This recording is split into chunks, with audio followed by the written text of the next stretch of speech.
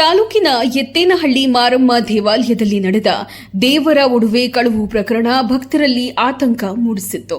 ದೇವರ ತಾಳಿಯು ಕಳುವಾಗಿರುವುದು ದೊಡ್ಡ ಅಪಚಾರ ಎಂದು ಭಕ್ತರು ಕಳವಳ ವ್ಯಕ್ತಪಡಿಸಿದರು.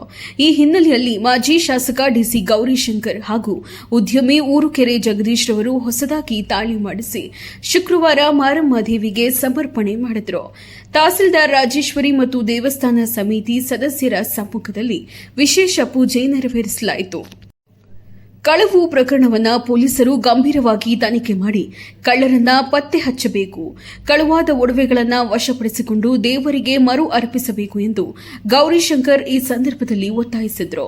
ಇದಲ್ಲದೆ ದೇವಾಲಯದ ಜೀರ್ಣೋದ್ಧಾರ ಹಾಗೂ ರಾಜಗೋಪುರ ನಿರ್ಮಾಣಕ್ಕೆ ದೇಣಿಗೆ ನೀಡುವುದಾಗಿ ತಿಳಿಸಿದ ಅವರು ಕಾಮಗಾರಿಗಾಗಿ 2 ಲಕ್ಷ ರೂಪಾಯಿ ದೇಣಿಗೆಯನ್ನ ನೀಡಿದರು.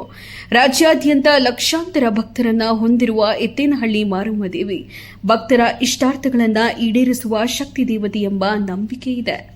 ಅದೇ ಹೇಳಿದ್ನಲ್ಲ ಈಗಲೇ ಮಾಹಿತಿ ಕೊಟ್ಟಿದ್ವಿ. ಈಗಾಗಲೇ ನೋಡಿ ರೀಸೆಂಟಾಗಿ ಕಡವಾಗಿತ್ತಿಲ್ಲಿ ನಿಮ್ಗೆ ಗೊತ್ತಿದೆ. ಹಾಗಾಗಿ ತಾಳಿ ಕೂಡ ಎತ್ಕೊಂಡು ಹೋಗಿರುವಂಥದ್ದು ಅನ್ನೋಂಥದ್ದು ಅಧಿಕಾರಿಗಳ ಮೂಲಕ ಮಾಹಿತಿ ಕೊಟ್ಟರು. ಸೊ ಹಾಗಾಗಿ ತಾಳಿ ಕಡವಾಗಬಾರ್ದು ಅನ್ನೋಂಥದ್ದು ಮತ್ತು ಈ ಘಟನೆ ಮತ್ತೆ ಮರುಕಳಿಸಬಾರ್ದು ಅನ್ನೋಂಥದ್ದು, ಅವ್ರನ್ನ ಬೇಗನೆ ಬಂಧಿಸಬೇಕು ಅನ್ನೋಂಥದ್ದು ಒಂದು ಕಡೆ, ಮತ್ತು ತಾಳಿನೆಲ್ಲ ಒಂದು ಕಡೆ ತಾಯಿಗೇನು ಕಡವಾಗಿತ್ತು ಅದನ್ನು ಸಮರ್ಪಣೆ ಮಾಡಬೇಕು ಅನ್ನೋಂಥದ್ದು ಉದ್ದೇಶ ನಮ್ಮ ಕಾರ್ಯಕರ್ತರಿಗಿತ್ತು. ಸೊ ಹಾಗಾಗಿ ನಮ್ಮ ಸ್ನೇಹಿತ ಜಗದೀಶ್ಗೆ ಮಾಹಿತಿ ಕೊಟ್ಟಿದ್ದೆ, ನೋಡಪ್ಪ ಅರ್ಜೆಂಟಾಗಿ ಒಂದು ತಾಳಿ ರೆಡಿ ಮಾಡಿಸ್ಕೊಂಬ, ಹೋಗಿ ತಾಯಿಗೆ ಇದನ್ನು ಡಿಲೇ ಮಾಡಬಾರ್ದು, ತಾಯಿಗೆ ಹೋಗಿ ಸಮರ್ಪಣೆ ಮಾಡೋಣ ಅನ್ನೋಂಥದ್ದು. ತಾಳಿ ಮಾಡಿಸ್ಕೊಂಬಂದು ಇವತ್ತು ಸಾವಿರಾರು ಜನ ಭಕ್ತಾದಿಗಳ ಮೂಲಕ ನಮ್ಮ ಕಾರ್ಯಕರ್ತ ಸಮ್ಮುಖದಲ್ಲಿ ಇವತ್ತು ತಾಯಿಗೆ ತಾಳಿನ ಸಮರ್ಪಣೆ ಮಾಡೋದು, ಚಿನ್ನದ ತಾಳಿನ ಇವತ್ತು ಸಮರ್ಪಣೆ ಮಾಡಿದ್ದೀವಿ. ಸೊ ಜೊತೆಯಲ್ಲಿ ಈಗ ಗರ್ಭಗುಡಿ ಇದೆಯಲ್ಲ ಒಳಗಡೆ, ಇದು ದೇವಸ್ಥಾನ ಎಲ್ರದ್ದು, ಭಕ್ತಾದಿಗಳದು, ಪಕ್ಷಾತೀತವಾಗಿ ಜಾತ್ಯತೀತವಾಗಿ ಎಲ್ಲ ರಾಜಕಾರಣಿಗಳು ಕೈ ಜೋಡಿಸಿ ಇವತ್ತು ಅದ್ಭುತವಾದ ದೇವಸ್ಥಾನ ನಾವೆಲ್ಲರೂ ಕಟ್ತಾ ಇದ್ದೀವಿ, ಎಲ್ಲ ಒಟ್ಟಿಗೆ ಸೇರಿಸ್ಕೊಂಡು ಪ್ರತಿಯೊಬ್ಬರು.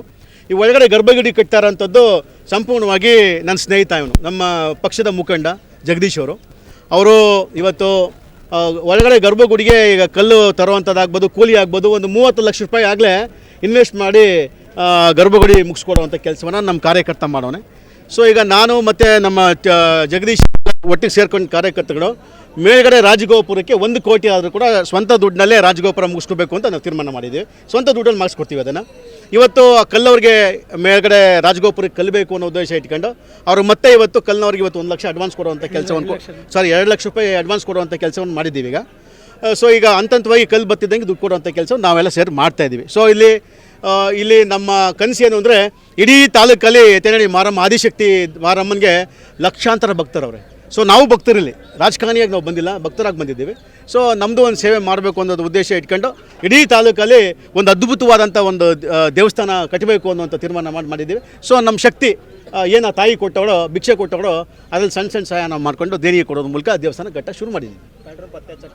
ಈಗಾಗಲೇ ನಾನು ಅಧಿಕಾರಿಗಳಿಗೆ ದಿನ ಮಾಹಿತಿ ಕೊಡ್ತಾ ಇದ್ದೀನಿ. ಈಗ ಡೈಲಿ ವಾಟ್ಸಪ್ ಮೆಸೇಜ್ ಮಾಡ್ತಾ ಇದ್ದೀನಿ, ಅತಿ ಶೀಘ್ರವಾಗಿ ಅವ್ರನ್ನ ಪತ್ತೆ ಹಚ್ಚಲೇಬೇಕು. ಇವತ್ತೇನು ಜನಗಳಿಗೆ ಭಾವನೆ ಬಂದಿದೆಯೋ, ಆತಂಕ ಇದೆಯೋ, ಹೋಗಲಾಡಿಸೋಂಥ ಕೆಲಸ ಆಗಬೇಕು, ನಂಬಿಕೆ ಬರಬೇಕು ಪೊಲೀಸ್ ಇಲಾಖೆ ಮೇಲೆ ಅಂದರೆ ಆ ಕಳ್ಳರನ್ನು ಬಂಧಿಸಬೇಕು ಅನ್ನೋಂಥದ್ದು ನಮ್ಮ ಒತ್ತಾಯ ಇದೆ. ಅಧಿಕಾರಿಗಳು ಕೂಡ ಈಗಾಗಲೇ ಇಲ್ಲ ಆದಷ್ಟು ಬೇಗನೆ ಕಳ್ಳರನ್ನ ಬಂಧಿಸ್ತೀವಿ ಅನ್ನೋಂಥದ್ದು ಪ್ರಾಮಿಸ್ ಮಾಡೋರು ಕಾಯ್ತಾ ಇದ್ದೀವಿ, ನೋಡೋಣ. ಉದ್ಯಮಿ ಊರುಕೆರೆ ಜಗದೀಶ್ ರವರು 30 ಲಕ್ಷ ರೂಪಾಯಿ ವೆಚ್ಚದಲ್ಲಿ ಎತ್ತೇನಹಳ್ಳಿ ಮಾರಮ್ಮನ ಗರ್ಭಗುಡಿ ನಿರ್ಮಾಣ ಮಾಡಿಸಿದ್ದಾರೆ. ದೇವಸ್ಥಾನದ ಜೀರ್ಣೋದ್ಧಾರ ಕೆಲಸ ನಡೆಯುತ್ತಿದ್ದು, ರಾಜಗೋಪುರ ನಿರ್ಮಾಣಕ್ಕೆ ತಾವು ಜಗದೀಶ್ ಹಾಗೂ ತಮ್ಮ ಗೆಳೆಯರ ಬಳಗ ಎಷ್ಟೇ ಖರ್ಚಾದರೂ ದೇಣಿಗೆ ನೀಡುತ್ತೇವೆ. ಭಕ್ತರು ನೀಡುವ ದೇಣಿಗೆಯ ಪ್ರತಿ ರೂಪಾಯಿಯ ಲೆಕ್ಕವನ್ನು ಪಾರದರ್ಶಕವಾಗಿ ದಾಖಲು ಮಾಡುವಂತೆ ಡಿಸಿ ಗೌರಿಶಂಕರ್ ತಹಸೀಲ್ದಾರರಿಗೆ ಸೂಚಿಸಿದರು. ಇನ್ನು ಈ ವೇಳೆ ಕಾಂಗ್ರೆಸ್ ಪಕ್ಷದ ಮುಖಂಡರಾದ ಪಂಡಿತ್ ನಾರಾಯಣಪ್ಪ, ಪ್ರಕಾಶ್ ಪಾಲನೇತ್ರಯ್ಯ, ಎತ್ತೇನಹಳ್ಳಿ ಮಂಜುನಾಥ್, ನರಸಾಪುರ ಹರೀಶ್, ಆಲನೂರು ಅನಂತಕುಮಾರ್, ಈರೇಹಳ್ಳಿ ಮಹೇಶ್, ಚಿಕ್ಕನಾರಮಂಗಲ ರವಿ, ಕೈದಾಳ ರಮೇಶ್, ಸ್ವಾಮಿ ಮತ್ತಿತರರು ಭಾಗವಹಿಸಿದ್ದರು.